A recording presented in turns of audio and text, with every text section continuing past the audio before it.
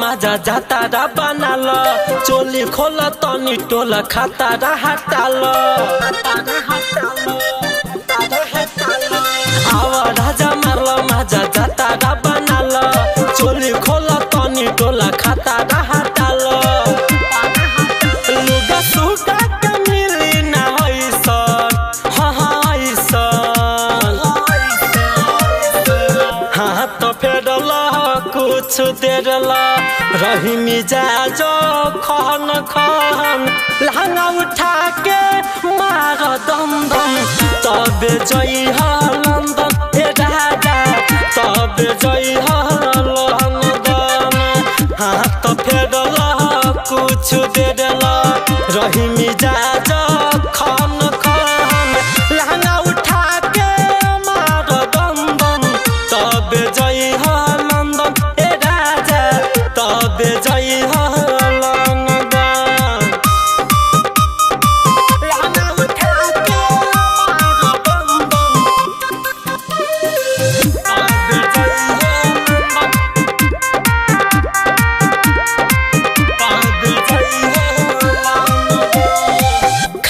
राजा बरगद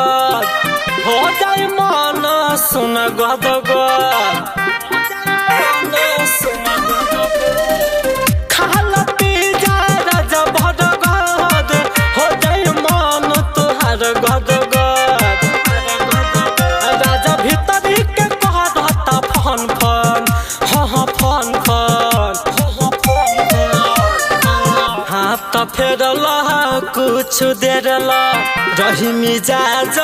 खन खन लहंगा उठा के मार दम दम तबे जई लंदन हे राजा तबे जई लंदन हाँ तो फेरल कुछ देरल रही मिजाज खन खन लहंगा उठा के मार दम दम तबे जई लंदन हे राजा तबे जई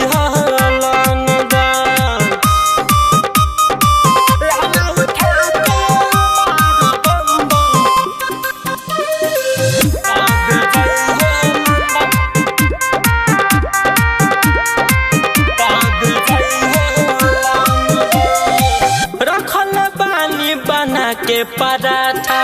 तीखा मीठा और खट्टा रखल पानी बना के पराठा तीखा मीठा और खट्टा कर भारती निराला हो छन छन हाँ छन छन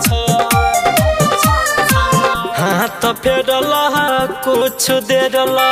रही मिजाज खन खन लहंगा उठा के मार दम दम तबे जई लंदन हे राजा तबे जई लंदन हाँ तो फेरल कुछ देरल रही मिजाज